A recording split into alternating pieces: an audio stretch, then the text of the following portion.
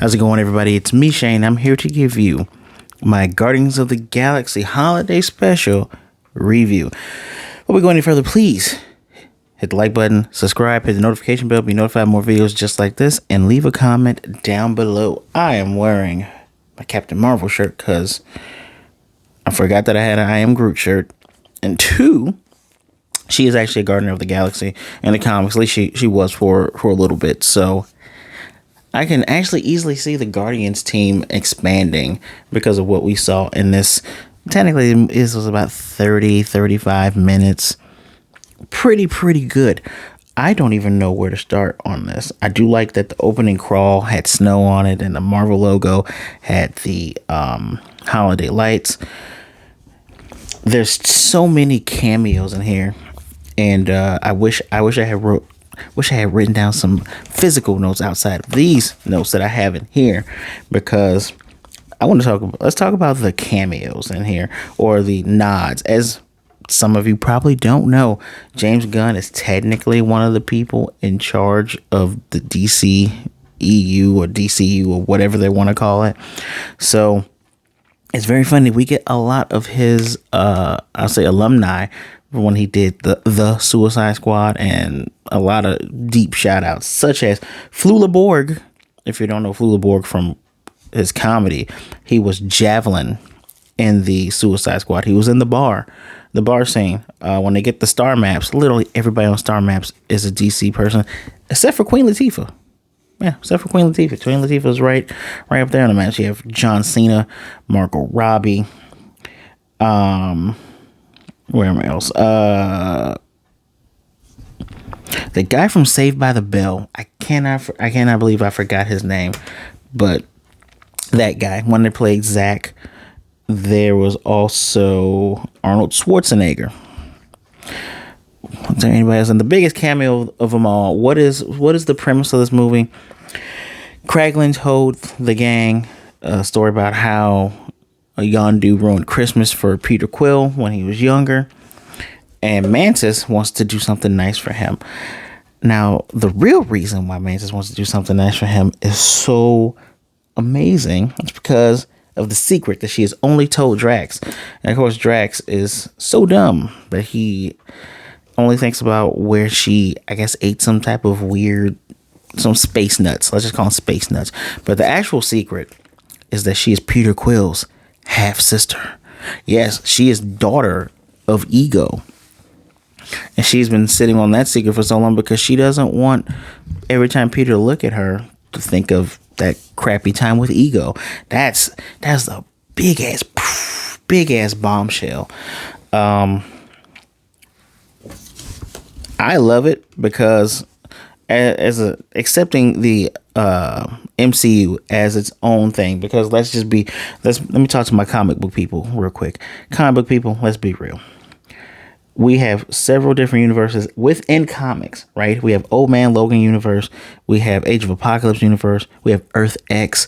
We even have the MC2. Remember when they decided to, let's go in the future and say all these different characters paired up and had children. Even that is technically outside of continuity until they bring back Mayday Parker. Bring back Mayday Parker, Marvel. Stop being cowards. Let Peter and Mary Jane have kids. Anyway, there's different universes. So within this confined universe of the MCU, I really like that they are related, because it makes more sense. It's like, why was Mantis actually with Ego? That is actually a plot hole now that I think about it. Why was she with Ego this whole entire time? Because she was technically one of his kids. Just he needed a son, and she didn't have all of the power. That explains where her powers come from, because in the comics, she's supposed to be the celestial Madonna. She was trained in martial arts. Her race of people look Vietnamese, which that's actually where they dropped her off in Vietnam after mind wiping her. She is exceptionally strong and powerful. You actually see her in this short while they're chasing Kevin Bacon. Yes, the Kevin Bacon. I'll get to that in a second. She's like jumping on stuff and it's the most action we've seen her do outside of Infinity War, by making Thanos all dizzy and stuff. But yeah, even in the comics, she gets married to a Kotai, which is a plant, type of plant entity that took over the body of Swordsman. Yes, that Swordsman that showed up in Hawkeye, where in the comics, this dude was an Avenger, and he ended up dying because he loved Mantis to save Mantis. And Mantis awoke into who she really was and had a double wedding. It was her and Swordsman with Vision and Scarlet Witch.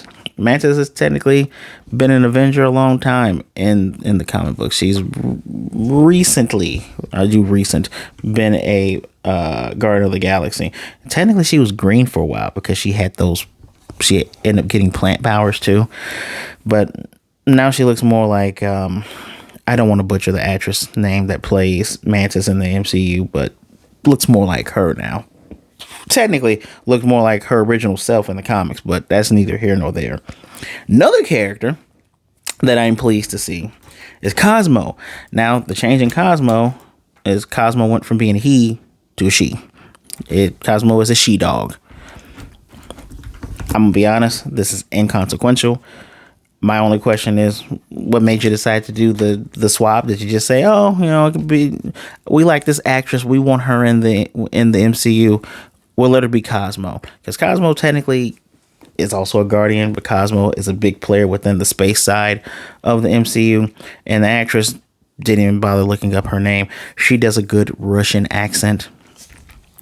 I do implore you guys that if you have PlayStation 4s, 5s, actually, if you have any of the current gen and last gen consoles, sorry Switch, you should buy the Guardians of the Galaxy video game, which has a lot of these characters in it. Yeah, it's a single player game, but I actually watched a bunch of streams on this thing, and the story is really, really good. I can't speak for the gameplay because I didn't physically play it, but the story really, really good. Lots of deep dive characters that if you are a comics old head, like somebody that was reading comics back from the 80s and 70s, you definitely know a lot of these characters. But yeah, Cosmo also has her telekinetic powers. One of my favorite jokes of this whole entire thing was Rocket's talking down to her, and she's like, I will not be demeaned by you. Like, give me some more of those treats that's in your little pouch there. It's like, I get it. It's funny. Cosmo was very badass too in the video game. I think he ran nowhere. And that's another major thing in here. The Guardians bought nowhere from the Collector. So the Collector is not dead. That means Thanos did not wreck his shit, which is interesting. I now wonder why the Collector's whole thing was there a battle between the Collector and Thanos, and the Collector just said, you know what, I'm done with this, I'm out. I really wish I could have seen it. Whether you guys believe me or not, the Collector is actually a pretty powerful being. You see a little bit of that in the What If T'Challa was Star-Lord. He's the best Star-Lord. Anyway, good stuff. Good stuff there. One of the things that's really good about this special is it excels at a Christmas holiday special, because I love me some good Christmas holiday specials. It excels in that. But what else it does very good is makes me feel bad for the other Disney Plus shows, because within this you have not only pushed forward where these people are going, and you have established more lore for them. So that means if you watch this special going into Guardians 3, Mantis is Quill's sister, they bought nowhere and basically turned it into like an old western town. That stuff is incredible. One thing that's kind of weird was Groot. Now, they had CGI money for the space travel, the spaceship, for Cosmo. I almost said Wanda. For Cosmo, for Rocket, and a little bit of Groot's face. But you can tell that Groot is a guy in a suit, because he looks like a buffed out like football player. How did he go from skinny teen to just... Because even the original Groot was like super tall, but he wasn't like a massive oak tree. He was like maybe a redwood or a birch or something. Not birch, maybe a redwood. I get it. You can't spend a lot of money on this. But with what they had, they did great. The practical effects are fantastic. The musical choices are fantastic as well. That's the one thing you got to give it up to Guardians of the Galaxy. I don't know if that's James Gunn's doing or not, but really, really good musical choice, especially the out of the box holiday stuff. We did get to see the movie Santa Claus Takes on the Martians. I think that's the title of that movie. I'm not 100% sure. Lots of funny Easter eggs. Also, we can see how strong Drax is, easily throwing Mantis over Kevin Bacon's gate and easily jumping over, easily flipping a car. I like how Mantis employs her powers in here because she does her martial arts thing and she's not trying to kill anybody, which she's happy that Drax didn't kill the people in the car with a foot, but she's able to take people out, just sleep, pop, pop, pop, pop, pop, flip you over, run up, sleep. I like that. That's pretty cool. So why is Kevin Bacon in this? When Peter was younger and all he would talk about is how amazing Kevin Bacon is, the great hero Kevin Bacon, because he loved those 80s movies, they wanted to get him as a present.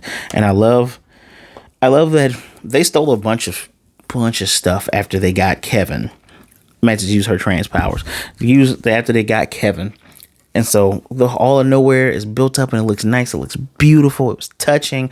All the people there, they did it for Quill because apparently he's being a good leader. He saved the galaxy twice. Kraglin even told Mr. Footloose himself, yeah, he talked about how he saved the whole town with dancing, and he actually saved the universe with dancing. And which convinced Kevin to kind of stay after he was kidnapped. But the horror look on his face when he knows that someone's in a box and he sees that it's Kevin, he's like, what did you do? No, you don't just give you don't give someone a person. That's human trafficking.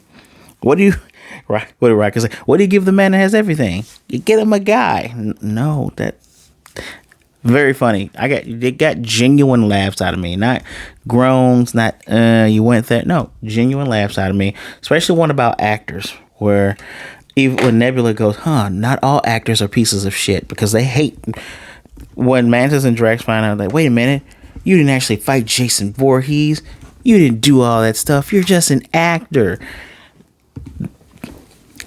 That's one of the few meta parts in it, which is very, very funny. Also, the Santa Claus Martian thing makes sense too now that I think about it. Regardless of such, I'm actually surprised there was any action in here. Like the Mantis and Drax versus the police scene. Apparently bullets make Drax laugh. They tickle him. Which, again, if anybody wants to complain about continuity things, Drax the Destroyer is much different in the comic books. He has a deeper lore. Much, much deeper lore than people would think. MCU equivalent's fine because Batista's doing a great job. But yeah. We do get another funny moment where Drax forgets to put on the cloaking that Mantis told him to put the cloaking on, and we see a woman, like people are staring at the ship, and there's a woman that's crying, and it makes you think, oh man, these people have dealt with the events of the first Avengers, and then everything that came with Thanos and all this stuff, and let's not even talk about the shit with the Eternals, right? Everything that's happened, I can see why a woman will look up and just immediately start whimpering and crying because there's an alien ship up there. But yes, let's talk about the Christmas gifts that everybody got each other. Groot made dioramas for everybody, and apparently he made a diorama of Kraglin looking at the diorama and smiling at everybody else. That was very nice. Drax was gifted this tiny elf guy from Kevin Bacon's yard that he liked by Mantis. Rocket was gifted Bucky's arm. His arm from when they fought together in the end games and then the Infinity Wars. I don't know how Nebula got it. I look forward to if Bucky shows up. Oh wait, he will be in Thunderbolts. If Thunderbolts happens before the Captain America movie, I look forward to Bucky going, I have no clue what happened to my old arm, which would actually make sense now given that he has a brand new vibranium arm because she stole it. Makes sense. Groot is gifted a Game Boy. I mean, that is a really good gift. Good job, Peter. think that's when she. So in the end, Peter asked Mantis like, "Why would you guys go through all this for me?" And she talks about the good stuff, and then she buckles down and mentions your father, Ego. And I love the acting, because the tears that actually made me tear up and cry a little bit, that she opened up, said, "I'm his daughter. That would make you my sister." And he said, "That's the best That's such a good moment, such good acting in there. Sorry, other Disney Plus shows, but this elicits some really genuine emotion from me. I don't know, maybe it's because of my Christmas bias. Who knows? But it's actually really, really, really, really good. So, and there's an after credit scene with Rocket, Groot, and Cosmo, where they try to make Groot the tree, and Groot puts his arms down. Oh no, Groot ruined Christmas. I guess we have to have another special. And they all look at the camera. Who knows if that special is going to be actually happen, because there's no James Gunn with Marvel anymore. I'm pretty sure they can move on and find somebody else that can capture the essence of the Guardians, whatever new volume set comes out for the Guardians, because there are way more characters than you guys think that are actually Guardians of the Galaxy that can fit in here. One thing I'm happy about, we didn't talk about Gamora. Gamora is going to be the focus of the movie. I'm glad we don't talk about Gamora. We don't talk about Gamora. No. And I'm happy about that. This made this story more contained. It didn't add unnecessary parts to it. Yeah, I'm trying to think of any actual negatives. There was one joke in here in this movie that was funny to me, and I couldn't think of it. I do like seeing the misadventures of Drax and Mantis. Them going into the gay bar. Them having a bunch of friends. Her getting a woman that was selling star maps, like, give me the map for free, because they were taking pictures with people on Hollywood Boulevard, because people in real life dress up like characters. There's also a guy dressed up like Jack Sparrow. Shout out to Johnny Depp. And she thought she saw real Steve. It's a fake guy, but everybody's taking pictures with them, and we're giving them money. So they had money to go to the bar, and then they ran out of money. But I don't know how long that lasted, but seeing those two have their misadventure was actually really nice.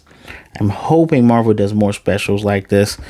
Like, we already got the Halloween special, and that they captured the feel of that very well. This feels like a Christmas one. I have faith that whatever they do next. Kevin Bacon did say, "I'll see you guys at Easter." So maybe we'll get Kevin Bacon at Easter in nowhere with the Guardians again. Is Kevin Bacon a Guardian of the Galaxy now? So, two funny parts I want to touch on. Kevin's wife calls, and he said at the exact same time I did, "How the hell do you have reception out in space?" "Oh, we have a super satellite, catches everything from," Craigland said 40,000 light years. So that's how he was able to talk to his real life wife, Kira. And the first joke from the opening of this movie is there are several aliens. They say, "We have these ancient traditional human instruments," and we were told by Mantis, who was told by Kraglin, who was told by Rocky, who was told by Kraglin about Christmas, and they come up with this Christmas song completely wrong, which is funny. They call Santa Claus a master thief, master burglar with superpowers. Tons of funny stuff. The elves are his slaves. It's very hilarious. But the best part is when Peter goes, "Oh, this is a longer thing than what it is." Very, very Christmas specially. And two, he openly says, "You guys just learned how to play those?" Fantastic for me. The other touching thing, which I would be remiss to not mention, is when he's talking to Mantis, he says Kraglin doesn't know the other part of that story. So the reason how Yondu ruined Christmas, they were making up a Christmas tree. They have a multi-calendar to show different holidays across the galaxy. There you go. That's the answer there. But young Peter and Kraglin were putting up a little mini Christmas tree. They were doing presents for everybody. And Yondu says, "Ravengers, take what we want. We don't want no handouts," and just tells them to throw everything away. What he didn't see was Yondu went back to the trash after they threw everything away, saw the gift for him from Peter. It opens up, and it was that squishy troll doll we saw in the first Guardians. The very, very squishy one. And as in return as a gift, Yondu gave Peter his blasters. That's where he gets his blasters from. Even though technically in the comics the blasters are from his Spartoy inheritance. Those guns technically only are supposed to work for Peter in the comics. I don't know how they work here. The video game, they do many different things from what I saw. But yeah, he gifted those to him. And in the end, they had a little touching moment, father son moment. Really good stuff. So what do I rate this? I am biased, mind you, because I love Christmas. But yeah, this is technically a 5 out of 5. This is probably one of the best things they've done. I hate to say in a long time. I hate to say that. But I don't know if it's because of how well we've seen these characters before. We know their personalities. We know what they're going to do and how they do it and things like that. I don't know if that's why, or if it's just, it seems like that's why, right? We're not establishing anybody like She-Hulk. We're not, what it was another show that, oh my God, is She-Hulk the only thing that established someone? Oh, She-Hulk is the only show that established somebody. Okay, so we're not establishing somebody like She-Hulk, which I guess by those terms, I should give She-Hulk some lenience, right? But when you have the other shows where you're trying to flesh out some of these characters and you're doing it farther, you can't do this type of thing within a 2-hour span. This did so well because we know Drax, we know Mantis, we get to know more about Mantis, we get to expand upon that, we get to see these characters that we know, and I assume people love these characters. We get to see them do things and see how they interact, because that's really why we all really like these movies. Let's just be honest. Most of us like it because we love seeing these characters interact with one another. And this did really well. This did very well. I don't want to compare it to the other stuff. I would, when they come out with more specials, then we can compare special to special. This was technically better than Werewolf by Night, technically, but at the same time, we already know these guys, right? That's where I mean this is kind of difficult to compare and contrast. It's almost apples and oranges. Regardless of such, I'm giving it a 5 out of 5 because I walked away feeling good. Now, whether this makes it into my Christmas rotation is yet to be seen. I do plan on watching Hawkeye again, though, the week of Christmas. So let me know what you think of the Guardians of the Galaxy holiday special in the comment section down below. I really want to hear from you. Please hit that like button, subscribe, hit the notification bell, be notified of more videos like this. I know this Thanksgiving weekend I'm slow getting stuff out, but it is what it is. You should be spending time with those you care about. Or if you're, by yourself, which is equally fine, you should be enjoying your time alone and becoming centered. But if I help you get through the holidays and become centered, thank you. I appreciate you. I appreciate every last one of you that are watching. I'm very thankful for all of you, all 209 of you who take your time out and watch this. And you know what? I know we're going to be welcoming in more people. We got 800 other brothers and sisters and those inside and outside those parameters that are coming on in that are going to enjoy this content too. So again, thank you. I appreciate all of you. Please be good, be blessed.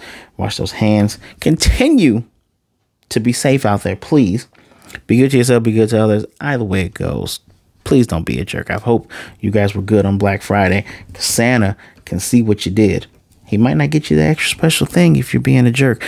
Above all other things, please remember that there are people who rather talk to you today than miss you and mourn you tomorrow. And with all that, you know what, guys? I will see you next time. Happy holidays.